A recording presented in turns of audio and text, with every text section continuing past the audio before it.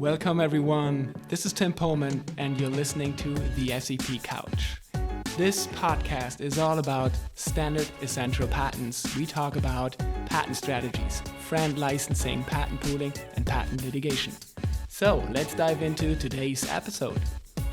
She's an expert witness and also the CEO of QipWorks. I'm very happy to have here Johanna Dwyer with me today. Welcome, Johanna. Thank you very much, Tim. Happy to be here. And I always start with, because I'm also interested in you as a person, of course, how you came up or how did you get in touch with the topic where we all care about today, patent standards, SEPs. It would be great if we get started, if you could walk us through a little bit your career, the different steps, and what basically got you where you are. I'd be happy to. So I started my career working in radios and digital signal processing and RF design, primarily at that time for cable modems, but we were using OFDM in cable modems. This is back in the early 90s. It was kind of fortunate that ended up being the technology that got adopted for LTE because I'd had that early experience with that technology already. I joined BlackBerry in 2000, and that was where I really started getting involved in patents. The first 5 years that I was at BlackBerry, I was a radio engineer and I worked on the actual products and building the products for the cellular networks that we were doing at the time at BlackBerry. And then in 2005, I got invited to join the standards team. They were looking for somebody that had really deep integration with the product team so that the work that was done in standards would have a strong correlation to the product business. And that's when I really got familiar with standards essential patents and how that actually was used in terms of developing the standards, how that provided incentives for companies to participate and to contribute their technology, and generally how that ecosystem of standards essential patents and technology and development of new standards works. And it was a really interesting time discovering the interplay between companies and in the standard setting process. Great, very exciting. And just maybe on that, because we've just heard in the news the BlackBerry portfolio was sold or acquired for, I think, a pretty amazing amount of money. I know, it's history for you, but maybe also to allow our listeners maybe to understand the value of that portfolio and how closely it was developed to the standards world. Why does that create so much value? Maybe you could elaborate on that a bit, what your perspective is on it. That's an interesting story. BlackBerry actually goes back to when it was research in motion. It started back in 1984. It has a long and storied history. When they first began making the radios, they were working in technologies, Mobitech and Datatech and Mobitex that were not really heavily standard. And it wasn't an issue that they weren't actively engaged in the standard setting process. And then, as is well known, in around 2003, they got involved in some heavy litigation. They were not standard essential patents, but they did certainly end up with a very large liability due to that. But what became very apparent is that as soon as BlackBerry became successful with their phones, companies that had large SEP portfolios started knocking on the door and saying, you're using our SEPs, you need to take a license. And now that you're successful, this is becoming a bigger deal. At which point, Research in Motion realized they had a significant liability and a lack of engagement in the standard setting process. And they got very engaged at that point. And so that began kind of in the early 2000s, but really ramped up, I would say, around 2005 when LTE was starting to be developed. And RIM at the time took a very strong position in getting engaged. They hired a number of engineers that were LTE specialists. We took on a number of people from Nortel, and they actively started developing technologies that were aligned with the work going on in standards at the time, with the sole and unique purpose of developing standards essential patents that would have value later. And so the portfolio that has been sold was definitely developed with a mission in mind.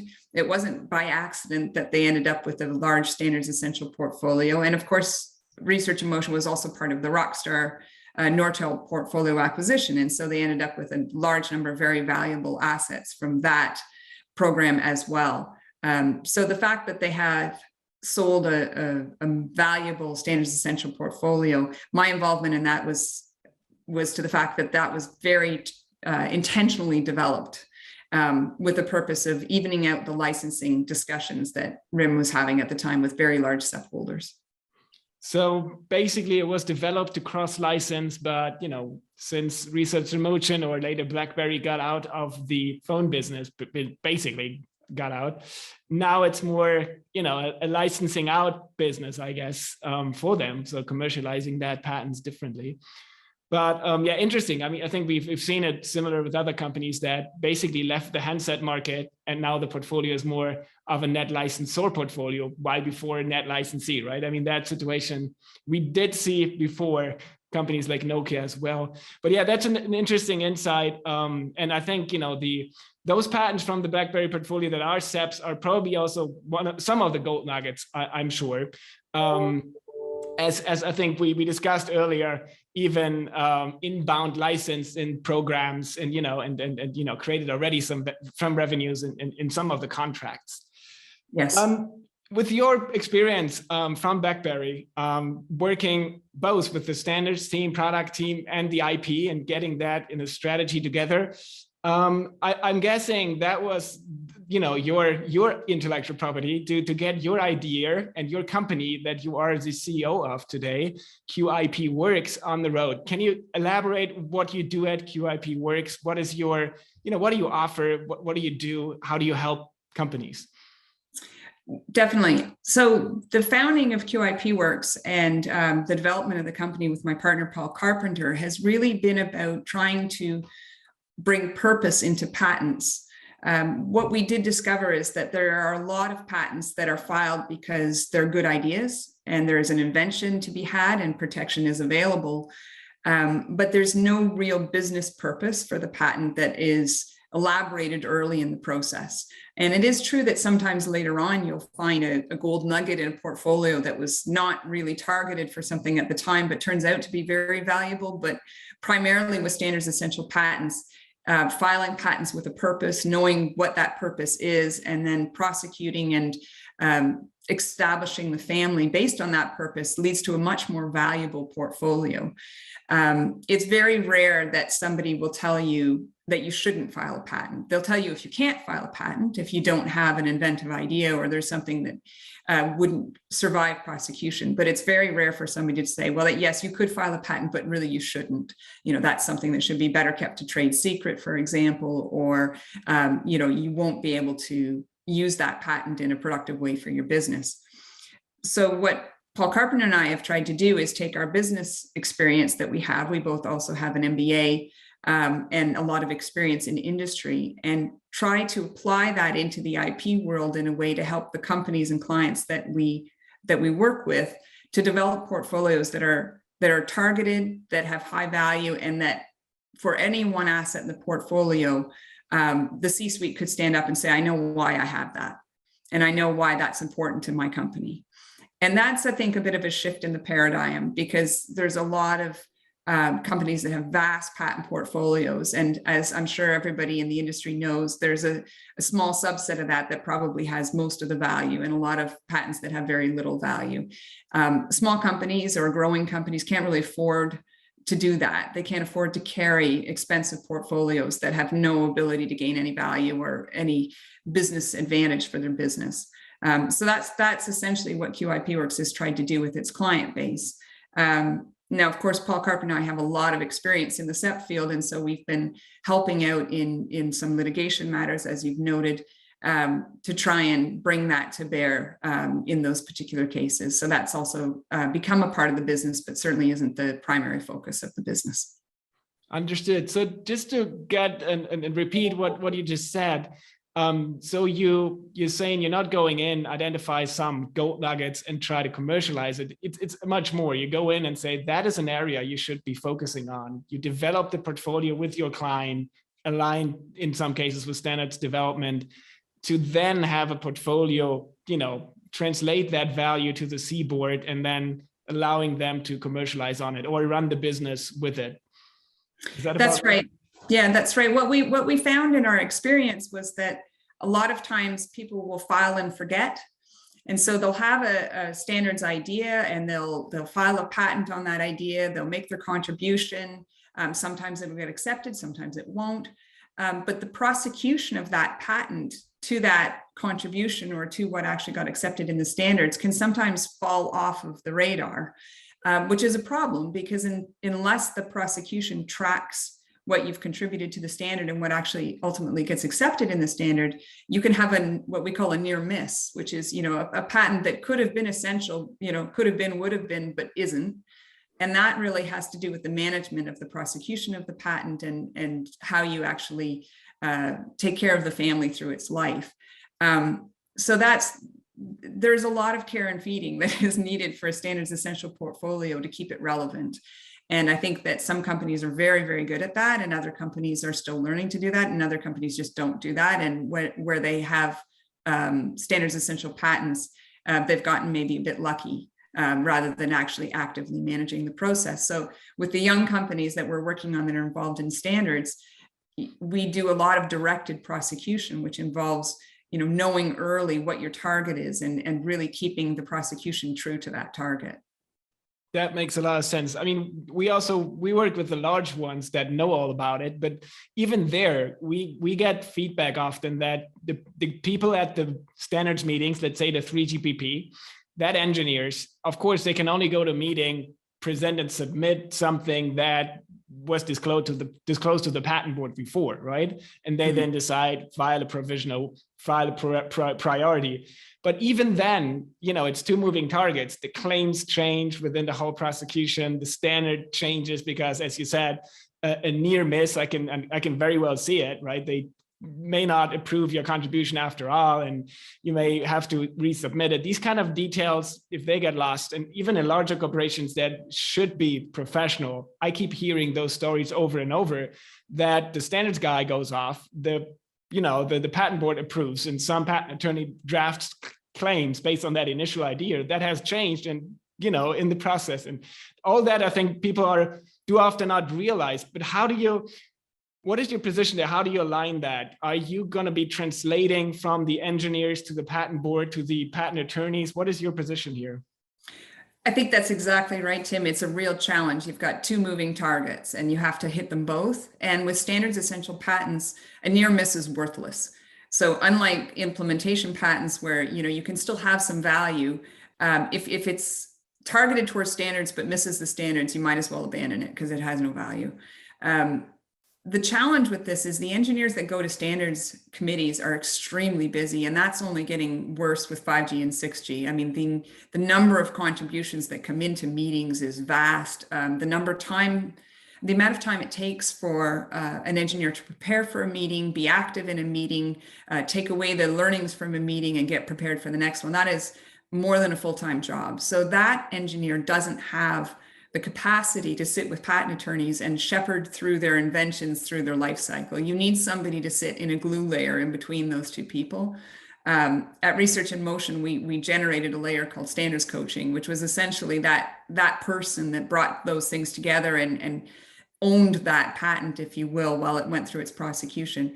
It's a labor-intensive process. It takes an extra group of people to do that job. And I think a lot of companies are realizing that and putting those people in place, but you need people that have a skill set that spans the technology, because they have to absolutely understand the technology deeply, but also that understand the patent prosecution process and what you can and cannot do and what you can and cannot get, so that they can work with a patent attorney and actually end up achieving the goal. So there's more and more people, I think, that have that skill set, but that is indeed what you need to sit there. No, very interesting. Super exciting that you're doing that work. I think it also is, of course, in a way, helping those companies to somehow recoup their whole work. I mean, as you said, standards development is so much investment for these companies, making sure that they get the things out, especially as a smaller company, I guess. In your experience, you said you work rather with younger companies. How do these companies, once, let's say, you are successful, you hit the target, it's an SEP, valid and essential, what do they typically do with it? Is it more for cross-licensing because they are implementing the standards, they're using others' IP and they want to cross-license and having something in return? Or is it typically also that they are really targeted on commercialization, selling, licensing out? What is a typical case and what do you recommend typically? I think for most of the product companies in this stage of their development, and I mean, I should be clear that we're talking about companies that are, everything from venture funded to post-IPO unicorn type companies. So they do span a wide range. They're very much in the product business at this point in time. So they're looking for their portfolio both to give them freedom to operate, but also to create a bit of a white space around their products so they can prevent competitors from getting too close and capturing market share and so on. One of the things that we do is we keep a very close eye on competitive intelligence. What are the other companies in the field doing?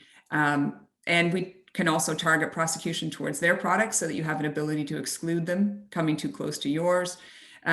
So there, every patent, as I said, has a purpose, and sometimes the purpose is to protect the product of the company, and sometimes the purpose is to target a product of a near competitor. It's the same type of process of getting claims to align with products. But in the SEP world, it's really about having enough SEPs that if you go into a cross license, that you have a position where you can have a reasonable negotiation with the companies that you have to deal with. If you have nothing, you really have no leverage and you can't have an even business discussion. Right. And going from that topics, maybe one step back on more of a broader view on what's going on with SEPs and 5G on the agenda. Thinking about your days back at BlackBerry and the situation today, is there any trends you see? How did the world change since then? What is maybe still the same and what really changed? And maybe also looking a little bit ahead of time, do you think that 5G will be a game changer, especially for the younger companies that are in those IoT exciting markets? I think 5G is very interesting. It has brought in a whole slew of new companies that weren't participating in 3G and in LTE. The number of companies participating in ETSI, for example, and in 3GP standard setting is much bigger. There's a much higher percentage of Chinese companies that are participating. And that's an interesting thing because it used to be the case that the leaders or the rapporteurs of certain specifications could always be seen to be from a handful of companies. Motorola, Ericsson, Nokia, Siemens, Interdigital, whatever. You always had kind of a core group of SEP developing companies. Now we've got a much broader group of companies that are involved, which is good for the ecosystem in the sense that it brings in more ideas, more participants, and so on. It also makes the whole SEP determination of who has value much more complicated because you've got more players involved and more SEPs generally. The issue about 5G is that there is a core of the technology that obviously came from 4G or LTE because it is still OFDM, but there's a lot of new aspects to 5G that have come about. And so you end up having patents that are implementing those additional features on existing technologies, and they have value. It's harder to sort of say, are they core or are they not core? Because they are building on something that already existed, but you need them for 5G, and you will probably need them for 6G and so on. So it's becoming a very crowded place in the standards bodies. There's a lot of participating companies, which is mirrored in the number of contributions that generally come in, that most of them don't even get treated in meetings. There just isn't time. But the slew of technology and ideas is very rich, and that's a good thing for the whole industry. And more like a technical question here, because I keep hearing about layers and core and application layers. So I keep wondering how much it is true that, I keep hearing 5G, for example, may have different layers that are important for particular applications and maybe for others not, right? I can see that a refrigerator is not transmitting the same amount of data as a smartphone, right? Or what about the autonomous vehicle? But is it really as simple as saying, you have different 5G packages, that's important for a vehicle, that's important for, let's say, home appliances, that's important for your smartwatch, that's important for your robot vacuum? Is that as simple, or is it much more complex and it really is a use by use kind of thing? I think there's a lot of that, but I wouldn't say that the lines are very crisp. So there's a blurry border between those things. And I'll give you an example, which is random access, which is basically how a device gets onto the network or how it updates its synchronization with the network. That's been around since the dawn of time, if you will. 5G has a lot of use cases for really ultra reliable, low latency communications. And the current random access procedure involves 4 steps. And that's been evolved to a new random access procedure that's only 2 steps. And the whole purpose of that is to be able to do that quicker, less latency.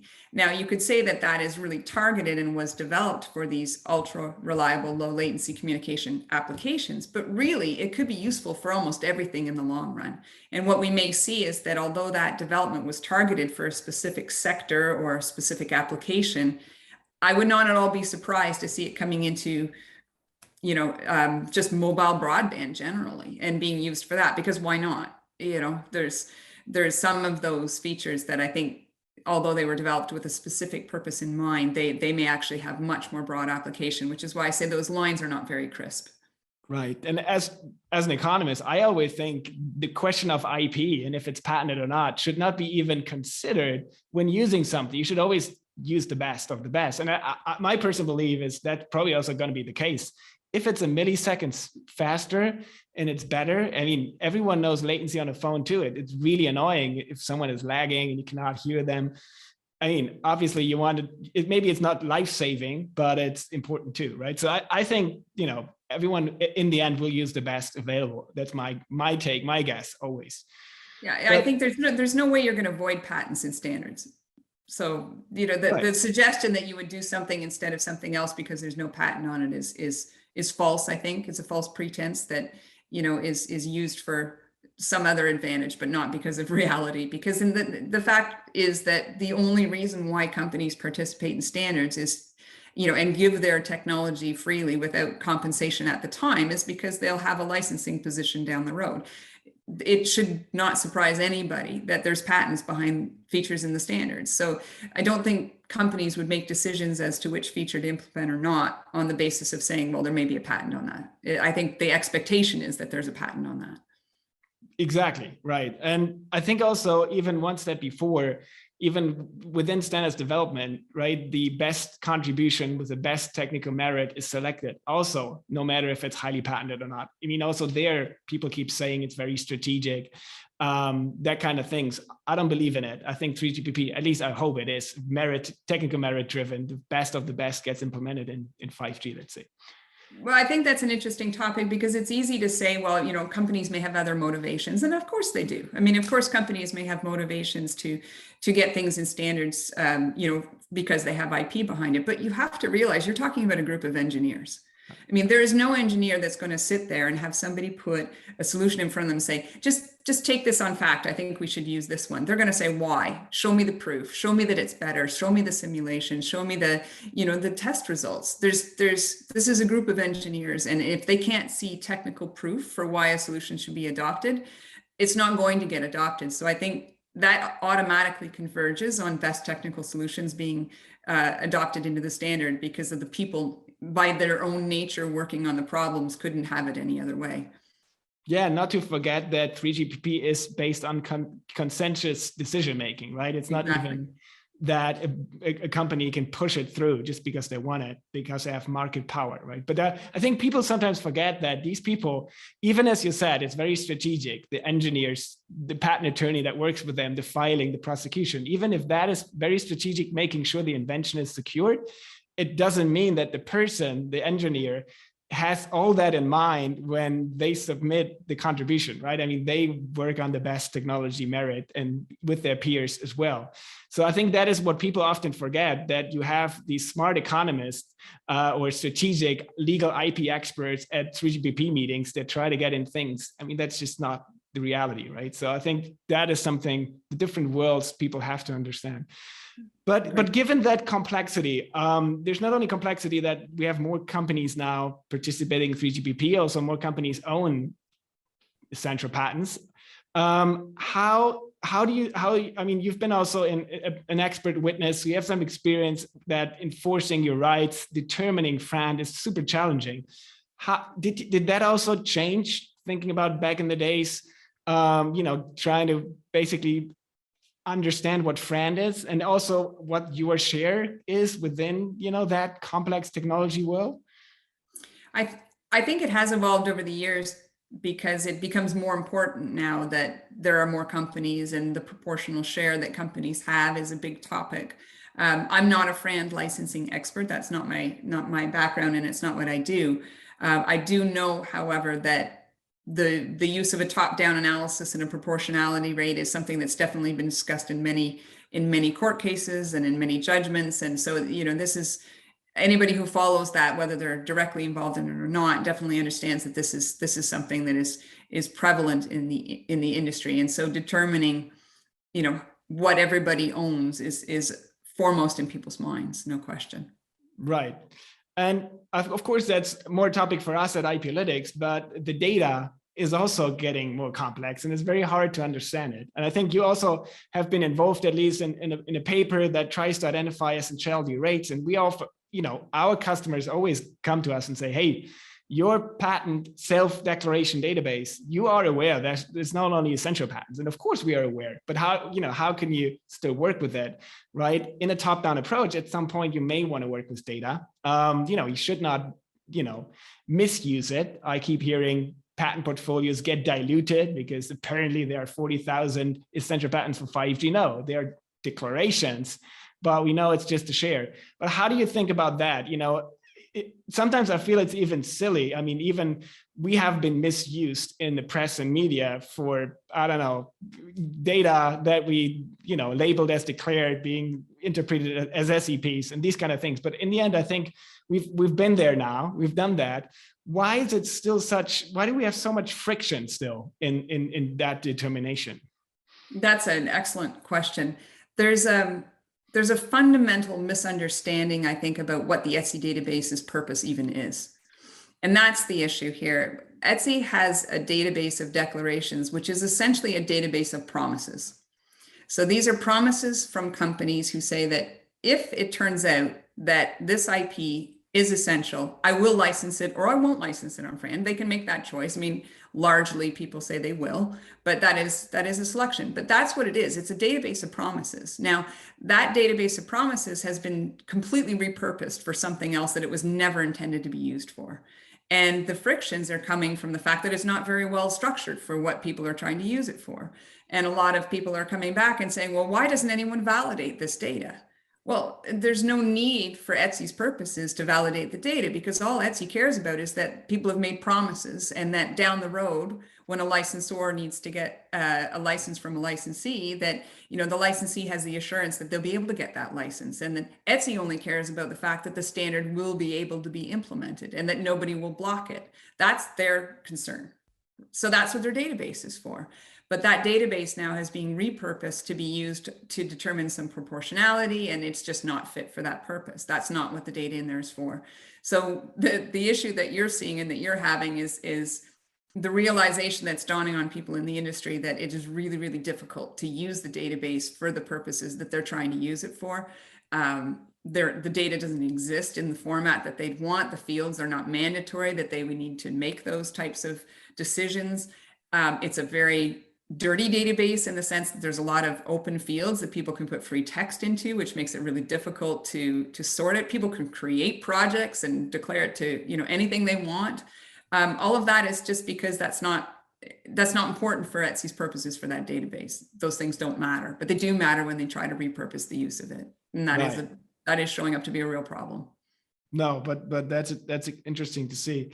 And yeah, I mean, we have a lot of experience with that messiness of the data, while still saying that thinking about transparency, ETSI is still the best database. I mean, I think Absolutely. Better than a blanket declaration where you don't know anything, right? But with that, transparency also has been a topic from policy, right? And I always struggle with understanding what that actually means, transparency. And some people even call for there must be publicly available claim charts on certain portfolios. It's not efficient that a licensor goes to all these licensees and they all have to verify the very same patents as being essential or not, or double check the claim charts. anything there? I mean, I guess also, especially thinking about you working with smaller, younger companies, would that even help them, like a database of claim charts? What's your opinion on that? I don't think that is how negotiations ultimately work in business. I mean, incentives always come into play. And at the end of the day, there's more than just a count of essential patents that goes into a negotiation. In every license negotiation, the licensor will be asked to show some proof of essentiality, and that proof generally comes in claim charts.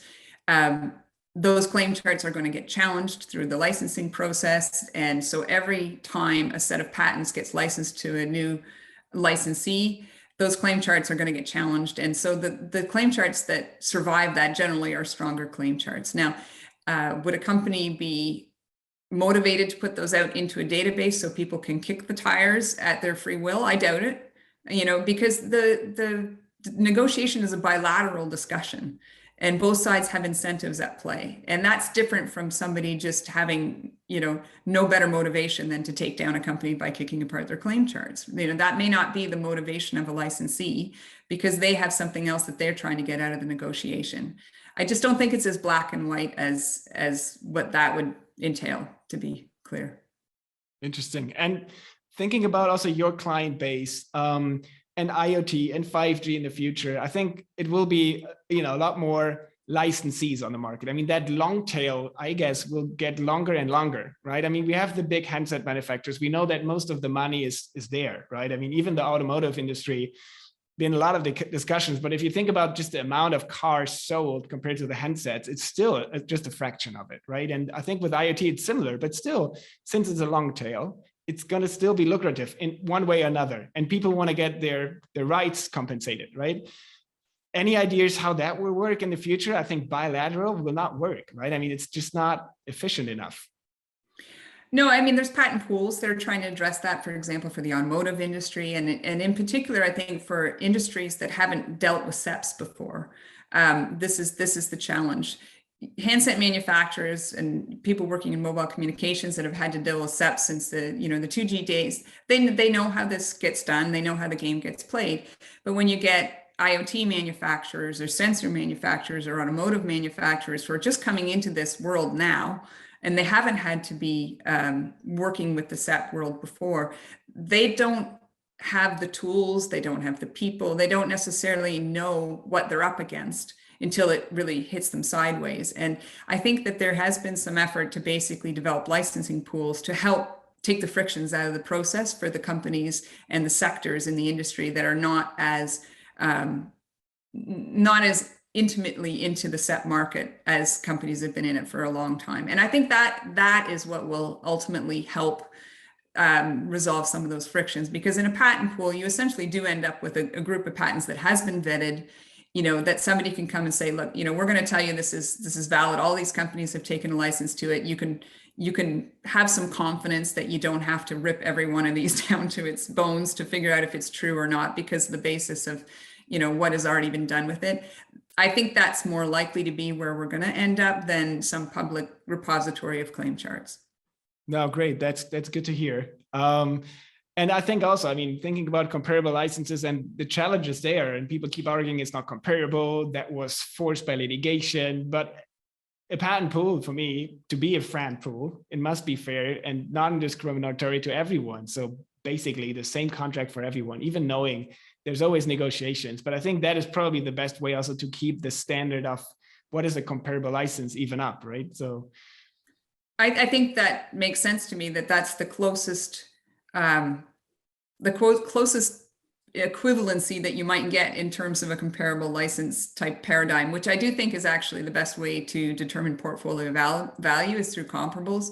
The challenge, of course, with comparables is that there's so much other, there's a lot of other business aspects built into comparable licenses, and the unpacking by valuation experts of comparable licenses has become a business segment of its own, because it's very complex and there's a lot of incentives that get built into them. There's a lot of other areas in business that have to be taken into account when they're built. And when you try to figure out what, at the end of the day, the patents are worth, you have to strip all of that out.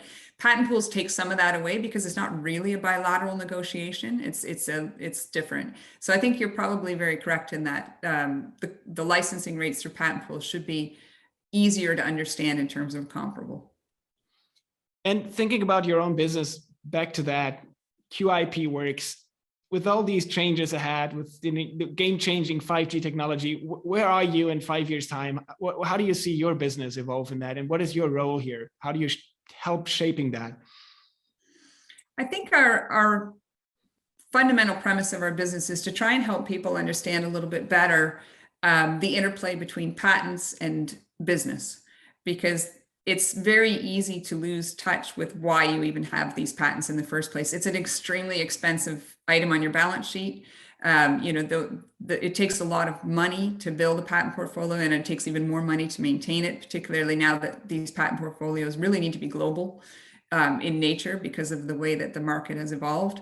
I think that QipWorks will continue to try and help people understand how to build a valuable portfolio and how to not get sidelined by patent counting, for example, which is an easy way of, satisfying a C-suite with a KPI, key performance indicator. They know how many patents do we have.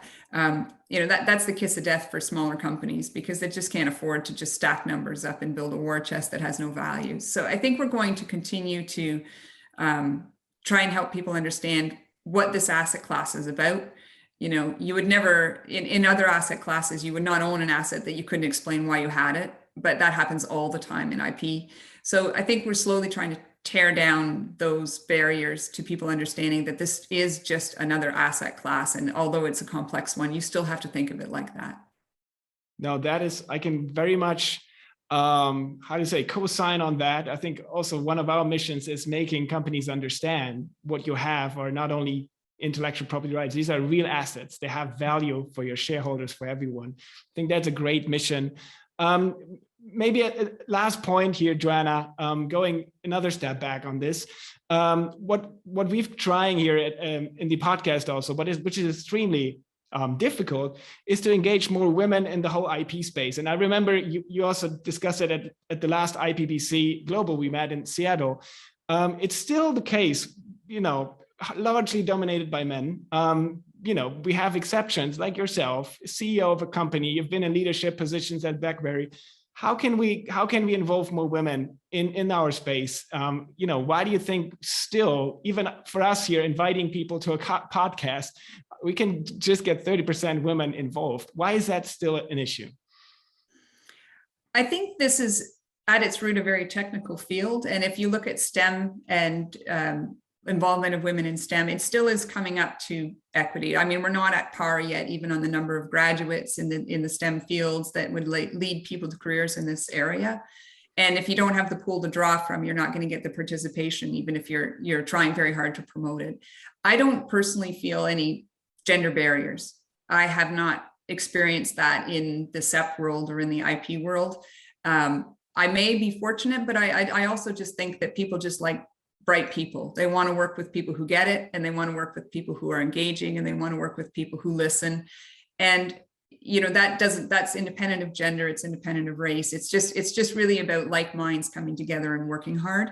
So I don't think there's a lot of barriers, but I do think that anything that we can do to promote engagement of diversity in STEM fields is going to ultimately resolve that problem in the longer term. So that's where I think the focus needs to be. Okay, that's at least good to hear. That we have to just maybe find more incentives, but there's no real barrier, and I hope to believe that as well. But it was for sure great having you here at this podcast. Final question: what do you want to leave our audience to be remembering? What's your final pitch? I think my final pitch is about rigor. I am a firm believer in not doing anything unless it's done well. And I think that gains a lot of respect through the industry. And I think that if everybody were to look at work as being something that needs to be done with rigor, something that needs to be defensible, something that needs to be explainable, then that ultimately takes down barriers. It helps conversations happen. It helps transparency. There's nothing to hide when you've done your homework. That's something that QipWorks works by. We don't do work that we don't do rigorously. And I think that's the message that I would like to put out there for the SEP world and for engineers in general is ask the questions, make sure you understand what you're doing. Don't leave stones unturned, and it's worth it in the long run to spend that time. Great. I can only confirm that we are in such a complex space. Rigorousness is the only way to really get, an understanding of what's going on. That was great. Johanna Dwyer here with me on the SEP Couch. Thank you so much for having me. Thank you so much for being involved here. Thank you, Johanna. Thank you for having me, Tim. Bye. Bye-bye.